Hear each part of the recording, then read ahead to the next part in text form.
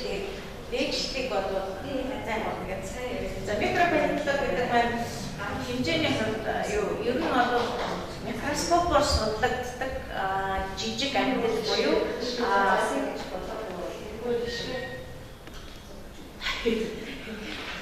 микроскопоор судлагддаг жижиг амьтад буюу эсвэл макро амьтдын аль нэг хэсгийг тийм судалдаг палеонтологийн шинжилгээ ухааны салбар юм байна. Тэгээд юугаар онцлог юм бэ гэхээр хэмжээний хувьд маш жижиг хэмжээтэй палеонтологийн нэг салбар болгож ялгсан байдаг микропалеонтологи. За судалдаг объектын хувьд болохоор тэр үр доосонцор захиурт замаг буюу диатомын замаг, харафит буюу хаарын замаг, тэгээ какалит, фораминифер, розалиари, тинтинит, астракод, канадонт, аталит буюу загсны сонсголын аппарат гэж байна. Феназной буюу үр хөврөл хадгал макро амьтны үр хөврөл хадгалдаг сав гэсэн ийм объектууд байдаг. За энэ захиурт замаг гэж энэ захиурт замаг маань болохоор цэрдийн цаг үеэс ахгуулаад орчин үеийн хүртэл тархалттай байгаа. Цэрдийн цаг үед бол анх далайд үүссэн. Харин палеогены цаг үеэс эхлээд юм цэнгэг усанд амьдрах болсон. Тэгээд неогены цаг үеэс эхлээд стратиграфид бол маш их нарийн ач холбогдол өгдөг англиар стратиграфид нарийн ангиллад өгдөг юм замаг байгаа. Тэгээд юугээр маш их чухал гэдэг юм бэ гэхээр стратиграфаас гадна дулаан болон хүүтэнд маш их эрсдэс өгдөг учраас орчны тухайн үед халуун байсан юм уу эсвэл хүүтэн байсан юм уу гэдэг тэр нөхцөлийг сэргээхэд бол маш их тустай юм замаг байгаа. За хаарын замаг гэж байгаа. Энэ хаарын замаг нь болохоор ерөнхийдөө нэг 10-аас 20 см, зарим тохиолдолд нэг 2 м орчим хүртэл урттай юм ногоон өнгийн бянцны замаг битүү усанд амьдардаг. Энэ нөгөө шаргал өнгөтэй энэ болохоор үр хөврөл нэ. Тэгээд чулуужиж үлддэг бэлгийн замаар үржээд энэ бэлгийн эс нь бол чулуужиж үлддэг юм байна. Тэгээд энийг болохоор биологт бол судалдаг. За энэ иш бас зарим тохиолдолд хадгалагдж үлдсэн байдаг юм иш нь байна. За энэ болохоор бас тардас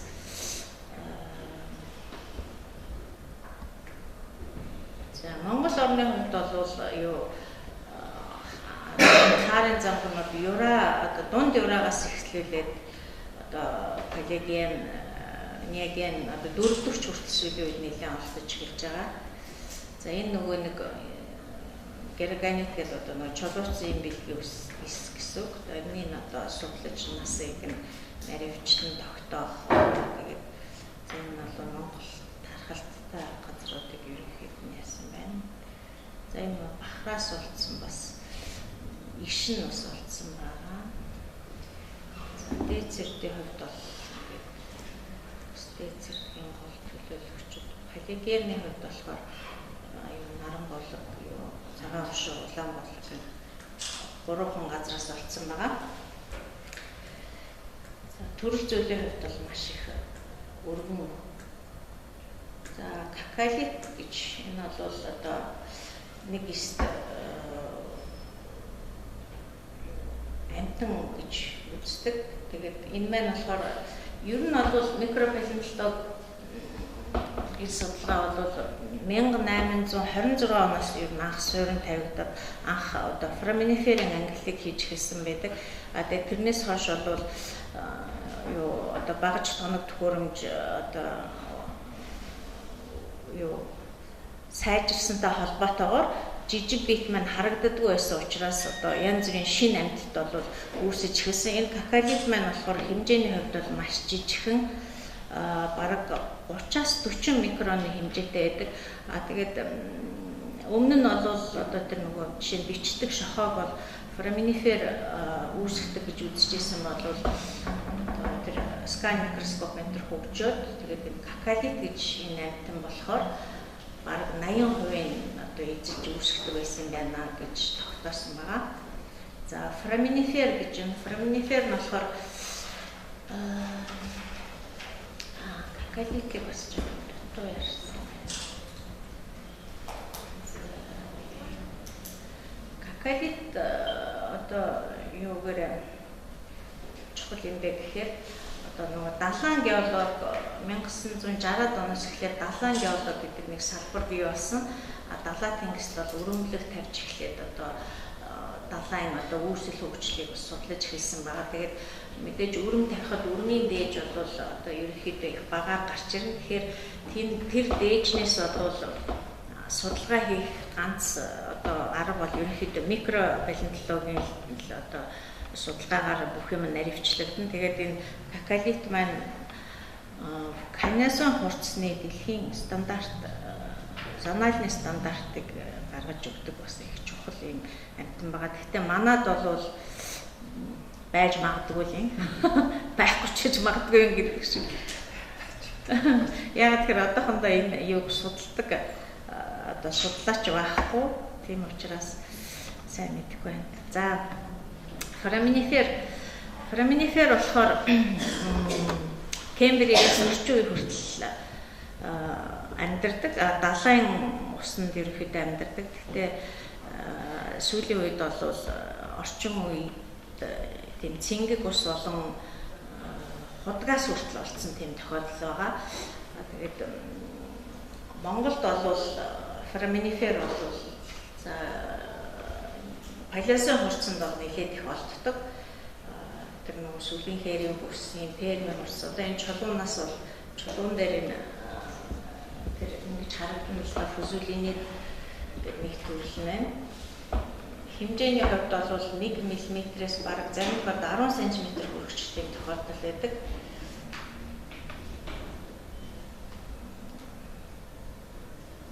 Карбон баруун өмнөд хэсгийн карбоны хурдас тэгээд сүлийнхээр перми хурц центраас Монголд foraminifera-г бол гаргасан байдаг. Ерөнхийдөө шохон чулуун хөвчлэн хадгалагдсан байгаа. За Rosellaria гэж. Rosellaria нь болохоор Кембригээс орчин үе хүртэл одоо далайн бүх одоо гүндтэй гүнээс юу хүртэл тэгээд ямар ч одоо далайн усанд хамаагүй тэр одоо юу болохгүй гэдэг лээ амьдардаг. Бүх нөхцөлд амьдардаг ийм бичил амтан байгаа. Яг юу стратиграфийн английн хувьд бол доод палеозойд бол зөвхөн нөгөө ажиалын түвшинд одоо ардуу юм уу сэлүүр юм уу девон юм уу гэсэн түвшинд тэгээд бүр дээшээгээ одоо цэрд палеогены хурцанд бол яарусын түвшинд нягенээс ахгуулаад подярусын түвшинд ангилал өгч чаддаг тийм амтан. Гэхдээ нарийн ангилал бол өгч чаддаггүй юм байна. Манай Монголд бол одоо нөгөө яашмаануудад нэлээд олдсон байгаа. Гэхдээ манайх ч нэг нөгөө янз бүрийн метаморфизмд орсон учраас одоо ийм гой хэлбэр дүрстэй энэ их янз бүрийнх нь нөгөө өргөс мөргөс юм нь бол байдаггүй. Тийм учраас тодорхойлоход нэлээд хүнд ийм байгаа. Rosellaria хувьд бол Rosellaria чинь одоо манай нөгөө хин Rosellaria хамгаалсан үст тийм манчук тийм учраас яг Rosellaria-ийн бол палеозой хурцанд дээжлэлт хийж. За цинцинит гэдэг бас нэг юм амтан байдаг. Цинцинит гэдэг нь гундаг гэж латинаас орчуулдаг. Яг орчин үеийнх нь бол ийм одоо тонголог ийм өрхүүлтэй маш жижигхэн хэмжээний хувьд бол за энэ чулууц нь болохоор ийм одоо шохоолог юм өрхүүл үүсгэсэн. Энэ маань болохоор бас далайн геологт маш их үүрэгтэй гарч ирсэн насны маш их нарийн ангиллал өгдөг юм үүрэг байгаа. Манайхаас бол одоохондоо олдсон тийм мэдээлэл бол байхгүй, судлаачч байх байгаа. За астрагод гэж байна. Астрагод болохоор Кембригээс орчин үе хүртэл амьдардаг далаа, тэнгис, нуур, цэнгэг ус бүх усанд амьдардаг ийм амьтан байгаа. За Монгол орны хувьд бол Палеозойн хурцсанд астракод бол нэлийн тархалт байдаг. Тэр баруун урт тэгэл өндөр шил янтраас бол яг гаргасан тийм Палеозой астракод гаргасан мэдээлэл бол байгаа. Цэрд насны нарийн ангилал өхийн хувьд бол астракод маань болохоор Радиалиари, Канадон тэдрийг бол гүйцэтгэв. Одоо далайн хувьд бол харин их газрын хурцсанд бол нэлээд насны нарийн ангилал өгдөг. Хятадд бол цэрд палеоген болон цэрд Канадын хурцыг бол астракодоор нэлээд нарийн ангилж өгсөн байдаг. За Монголд ч астракодын судалгаа болохоор нөгөө Оросууд анх нөгөө нефтийн эрэл хайгуулаар анх гаргаад тэгээд Галилео гэж Оросын судлаач бол цэрдийн хурцны, доод цэрдийн хурцны астракодын талаар бол ном гаргасан байдаг. Галилео, Лугемова гэсэн Монгол тэгээд Неострууева, Синица гэдэг Монголын астракодыг судалсан гадны улсууд бол нэлээд байдаг. Монголоос бол Ханд гэдэг манай судлаач байгаа. Тэгээд Хандэгч бол ерөнхийдөө дээд цэрд палеогены астракодын судалгааг бол нэлээд сайн явуулсан байдаг. За одоо Канадонд Канадонд маань болохоор Кембригээс Террас хүртэл амьдарч исэн ийм амьтан. Гэхдээ одоо анх бол энэ одоо ийм арцгар юм болоод энэ юу юм бэ гэдээ бас ямар ангилалд оруулах нь тодорхойгүй ийм юу олсон боловч 1983 онд бол Англи, Шотландд тийм 40 м урт 22 м-ийн өргөнтэй тийм урт хэлбэрийн амьтан болоод энэ маань болохоор Канадонд юм байна гэдгийг бол тогтоосон байгаа. Энэ террасын цаг үед мөрсөн. Тэгээд ерөнхийдөө Кембригээс террас хүртэл 270 сая жил үргэлж ирсэн байгаа. Гэхдээ энэ цаг үед бол нийтдээ 130 Канадонтын тийм зон ялгсан байдаг. Дэлхий дээр хаач одоо энэ Канадончиг ийм насны нарийн ангилалд өгдөг ийм амьтан ер нь байдаггүй. Яг сэлүүрийн цаг үед бол Гаркталид бол нарийн ангилал өгдөг. Террасын цаг үед бол Аманит бол Канадончиг ийм ангилал өгдөг. Түүнээс одоо бусад одоо ингэж Кембригээс яг юу террас хүртэл ингэж нарийн ангилал өгдөг ийм амьтан ер нь байхгүй дэлхий дээр. Монгол оронд бол Канадонд олдсон байгаа мэдээллүүд бол байдаг. Одоо шинэ жинстэй районы Канадонтын судалгааг бол Нэмсүрэн гэж хүн хийсэн байгаа. Аристо гэж Оросын геологийн хүрээлэнгийн Канадонд судлаач.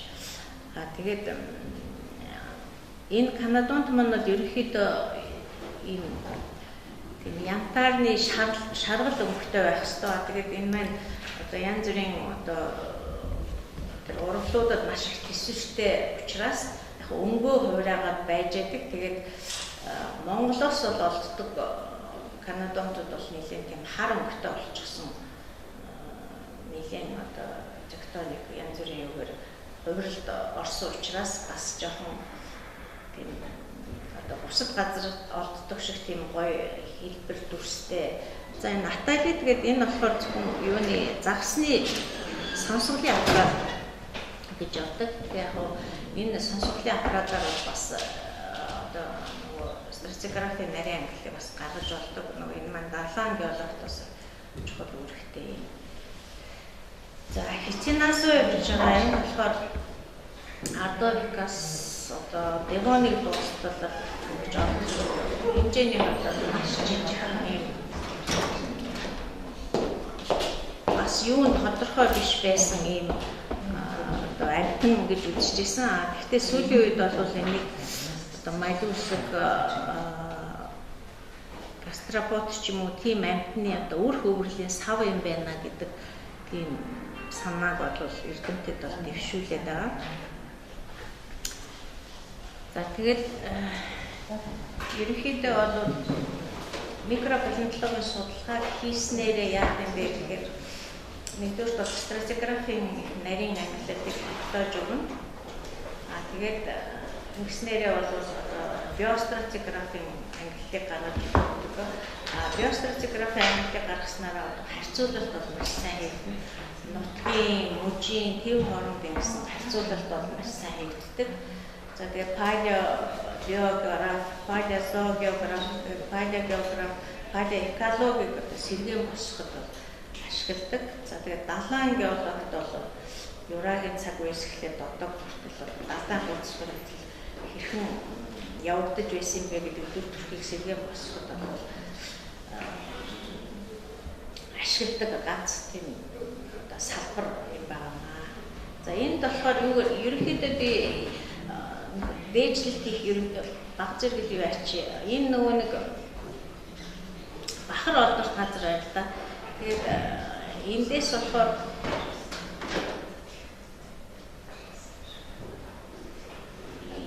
энэ одоо ургамалтай тэгээд тийм одоо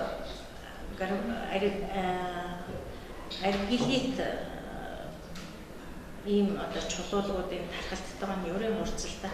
Эндээс бол үр тосонцрын дээжлэлт хийхэд бол нэлээд бололцоотой микро амтны дээжлэлт хийснээс одоо тэрний дээр орж байгаа одоо энэ нэг улаалтар өнгийн, цайвар өнгийн ийм илсэрхэг ийм шаврууд байгаа. Эндээс бол микро амтны үр тосонцрын дээжлэлт хийснээс микро амтны дээжлэлт хийвэл илүү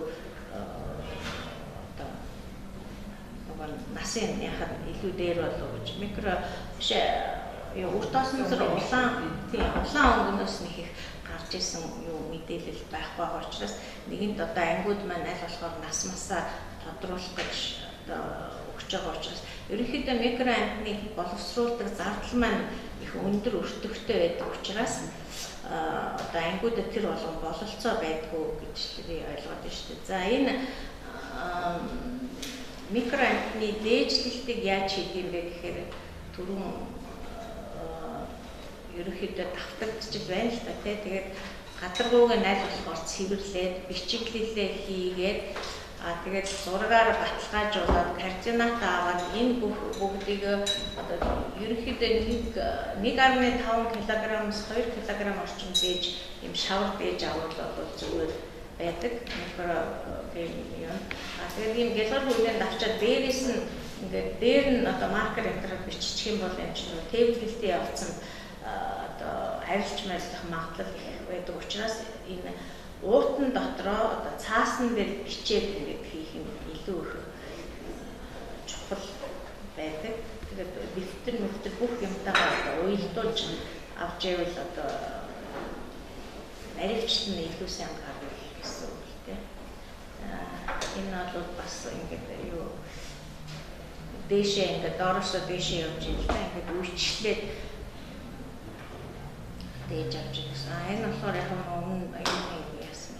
За макро дээр түрүүн гарсан энийг бас юу месазон юм дээр аракабрас чиглээ шавж хийлгэртэн энэ одоо хүн харахад дуун гэж бас хүмүүс үздэг. Энэ дуун биш яг хатстай тийм шавж хийлгэртний багт ордог юм байна. Энэ болохоор шавжнууд байна. Месазо каназо хувьд бол бас ийм энэ болохоор нягийн нөгөө гастроподууд эднэр бол бас бичил жижигхэн хэмжээний хувьд бол нэлээд жижигхэн говьралтай нягийн урцнаас гарсан юм байна. За тэгээд ерөнхийдөө бол дээжлэлтийг бол бүх микро юунуудыг одоо хэмжээний хувьд бол үр тосонцороос хамаагүй хэмжээтэй байх нь шүү дээ тийм үү? 1 кг юм уу 1 кг-аас дээш байвал хамгийн доод нь 1 кг байх хэрэгтэй. Юу палеозон микро фауны дээжлэлтийг бас л килограммаас дээш авах хэрэгтэй. Ер нь бол юу радиалярт юм уу канадонтод бол яашма авлаа гэхэд бас л килограмм хавцаа авах хэрэгтэй. Гэхдээ яашмаг бол өөр технологиор одоо тайлбарын хүчлээр шоргоолжны хүчлээр уусгах жишээтэй. Шохон чулуу байх юм бол укс усны хүчлээр угаах жишээтэй. Тэгээд шаварлаг одоо мезокайназын одоо шаварлаг хурцнаас бол яг усаар угаан. Гэхдээ одоо янз бүрийн шавраа айрлагдах бодис тэгээд вок хүртэл ашиглаж гаргаж авдаг байгаа. Судалгааны бол одоо дээжлэлт хийх болон техник боловсруулалтын тусдаа их нарийн аргуудтай юм аа. Тэгээд мезокайназын хувьд бол одоо тэр ерөнхийдөө микрофауны дээжлэлтийг урт тосон цэцрийн дээжлэлтийг авал насыг нэлээд наривчлах магадлал ихтэй гэдгийг л ойлгох. Тэгэд асууж тавих юм байна.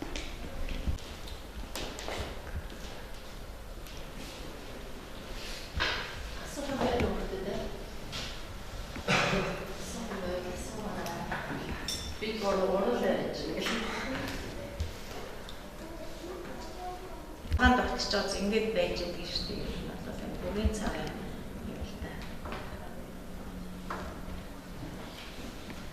Слушайте, сонирхолтой гэдэг зүйл яа.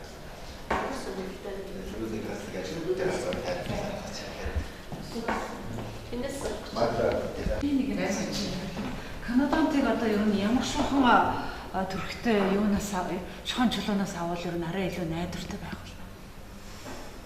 Тэгэхээр ч одоо зарим нэг дулааны захирлаг бол тий. Тэгээд яашмаа захирлаг батлагдсан юм. Ер нь Канадын шохон чулуу харин тийм Канадад ажиллах байхгүй. Эндээс чинь Канадад ч гарнараа зэлж байгаа бас гарч болно. Одоо шохон чулууг ингээл хараад явахад ер нь зарим нэг хөгс харалт ч юм уу, зарим нэг ингээл цагаас харалт ч юм уу шаргал янз бүрийн өнгөтэй янз бүрийн л байгаад байдаг ш. Алинаас нь бол арай илүү найдвартай болно. Арай юунд ороогүй тийм. Хувирал байгаа орсон гоё юунаас гоё юм байна. тэгээд жоохон свиш яваад хувирал гэлээ юм. Тэгээд бас карбонат нэр шавраас гардаг тий. Шавраас бас гардаг. Ер нь угаасаа Канадад бол ямар ч шиг антибиотик хэмээрнээс хүртэл гарна. Хамгийн их одоо нөгөө чулуулах болдгоо гэдэг үлээ тий. Тийм юу байна. Хадгалагдсан байдал нь бол